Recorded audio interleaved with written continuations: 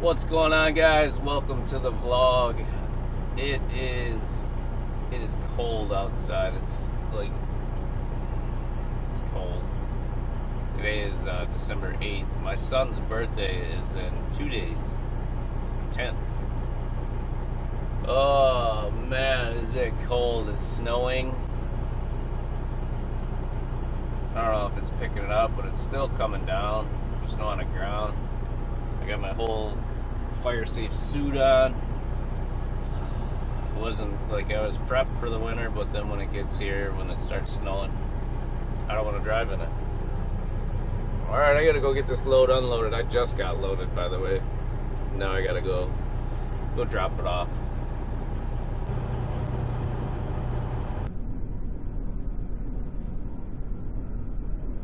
Sorry about the hair, guys. Took a shower last night, slept on my head, and it came out like this. And I need a haircut. But another nice thing about hauling multi-axles is when you're empty, you still weigh like 65,000 pounds. So when you're driving in slippery conditions, you have a lot better control than if you didn't weigh 65,000 pounds. Because a semi-truck is made to be loaded. And when it's slippery and you're empty, it's like, I really have nothing to compare it to. Can't think anything. More like, I don't know if you guys ever slid, like went sledding down a hill on like a car hood. That's what it's like. You have like no control. You start hitting the brakes and the trailer goes this way, the truck goes that way. You try taking off and you just spin the tires like you're trying to drive a damn Corvette on ice.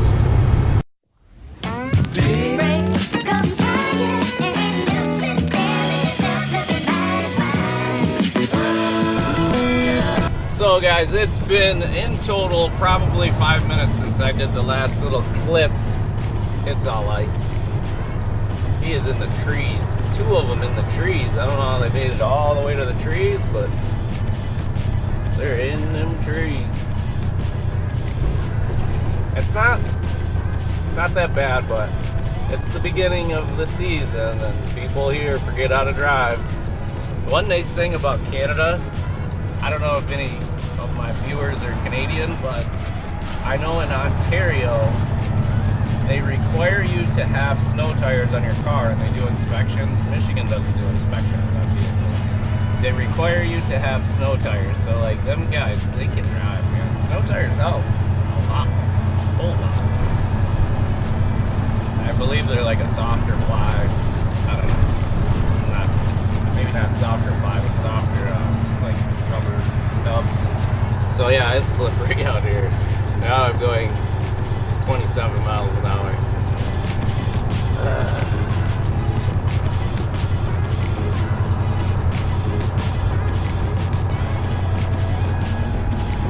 A little bit of advice when driving in winter, when it's snowing, don't use your defroster. It will make the inside of your windshield hot, the outside's cold, it makes it freeze up. If you don't use your defroster and you keep your windows cracked, if you have vent windows, open those, it won't freeze up on the outside as bad.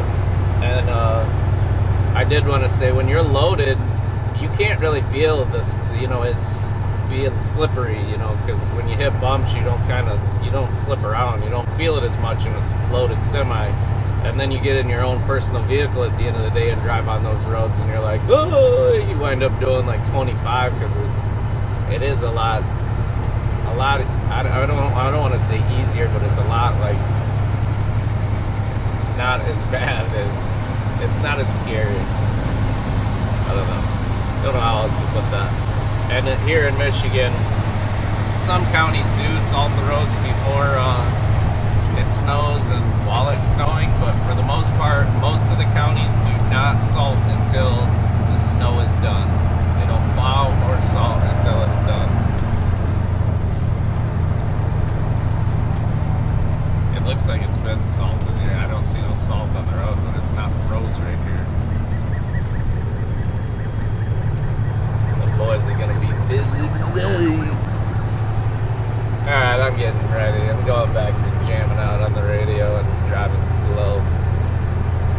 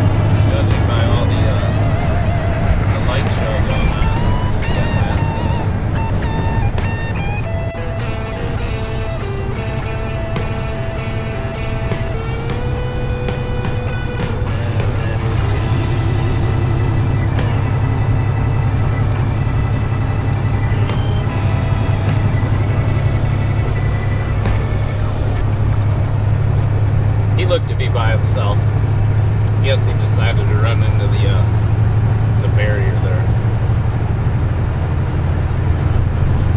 A snowflake.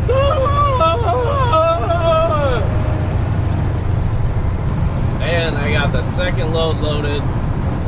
I headed westbound on 94.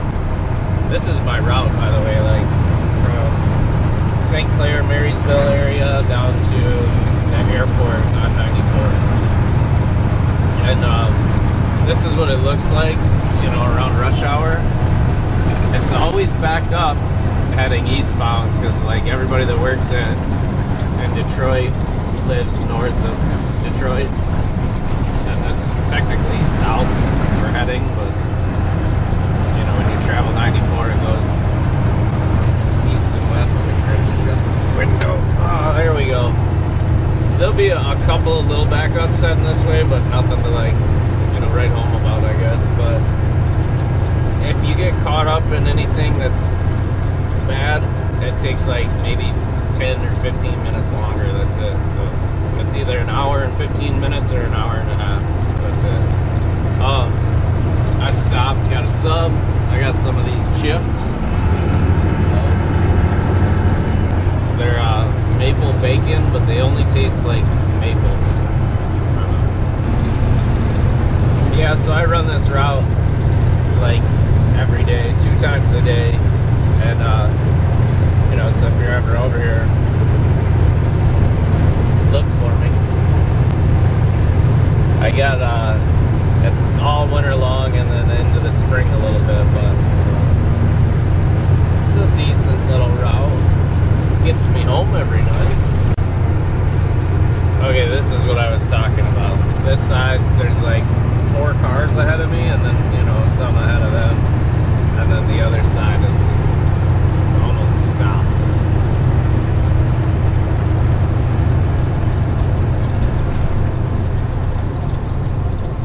I would have to say that a majority of the people that are heading this way, the same way as I am, are actually like second shift and heading to work right now, and they're maybe running late. I don't know, but maybe they don't start till 6.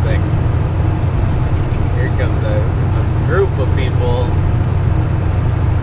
but it's not bad at all.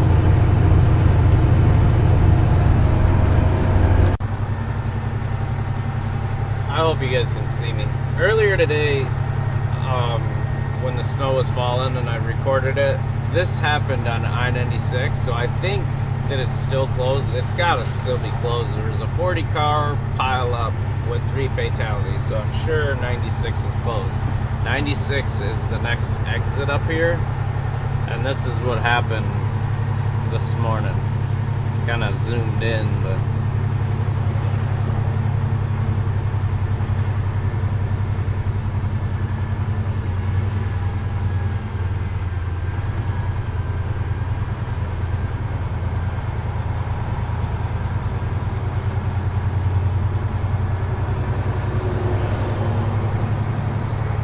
so I've got a feeling that that is a lot of the cause of what's happening right now. It's clearing up some.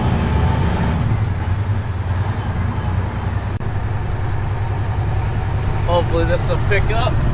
That's black ice. Like back where we were, where the backup started, and I drove through a majority of it where it was worse and we were going 5 miles an hour, it was dry. But as soon as I got up here, I realized what's causing everything to be backed up. I passed one more accident, an assault truck who actually hopped off the interstate right before this. That's not wet. If it was wet, you'd see, you know, it splash up from the tires. It's ice. There's no salt here either. I can't believe that salt truck driver hopped off where he did. That's kind of, I don't know. Maybe that's the end of his county line, but so guys, I'm here to offload, right? And I was in here talking to Mike, who's right in front of me. I can't film that way, but I'd show you. He's on the rack offloading, and all of a sudden the power goes out. So we sat here for like the past close to 2 hours with just no power here. It just came back on. So, in other words, I'm going to end the vlog here. I think what's going to happen is I'm going to offload and just drive. I might just go to that truck stop right there and go to bed. I don't know. I don't know how it'll work out, but that was kind of a pain in the butt. So, thanks for watching. Alright, so it's now the next day. It's Friday now, and I'm heading through Detroit here on 94. It's like probably really close to 2 o'clock. It's like 2 o'clock. Anyways, I just got out of Sunoco down there in Easter. Well, it's Taylor. When the power went out, it came back on, you know, maybe an hour later, but all their wires that were underground, like, I don't know if it tripped something or it burned them up or something. What happened? When I went in the office and was talking to the guys, it smelled like burnt wires, and I don't know if that had any of the problem, like anything to do with the problem. Well, they couldn't get it back up and running, and then this morning they had a crew come out and hook a generator to all the cavern and pumps and whatnot, so I finally got offloaded. And now I'm heading to the shop to drop this trailer off, and then I'm gonna bobtail out to the other shop and get a different truck, because this one smells like exhaust when you're trying to idle it. The bypass tube blows out a lot of exhaust. It needs a rebuild. It's got 579,000 miles on it, but it doesn't have a night system or like a APU or anything, so it's been idled probably 5 years, 5 winters in a row, so she's tired, you know, needs a end frame or something. I don't know. But that's the deal. That's the story. That was a long time of sitting there. Almost 24 hours, from 6 o'clock last night until 1:30 is when I pulled out of there today. Well, anyways, thanks for watching the video, guys. If you liked it, give it a thumbs up, subscribe, and comment something. Everybody comment things. I don't even care what it is, your name, whatever.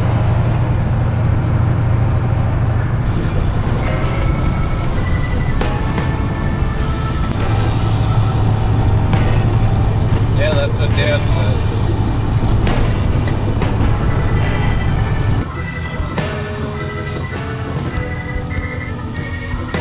Pieces of the car. Pieces, right? A full car. And parked and came over aggressive. I see people standing by the car that is pieces, so I'm not thinking any more paramedics maybe get away from it. There's a fire truck, another fire truck, an ambulance, a paramedic, and a semi.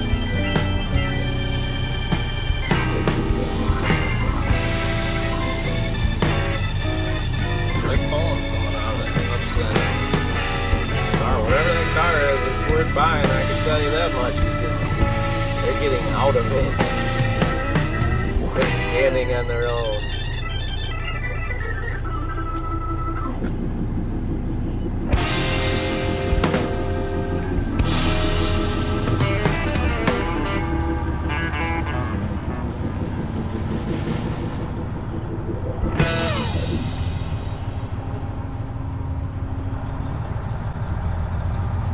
Oh my God, the whole half of the car is gone. I can see the motor, every fucking thing.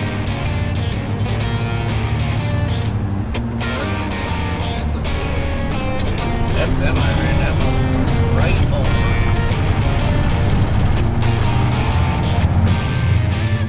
There ain't nowhere for him to pull out at.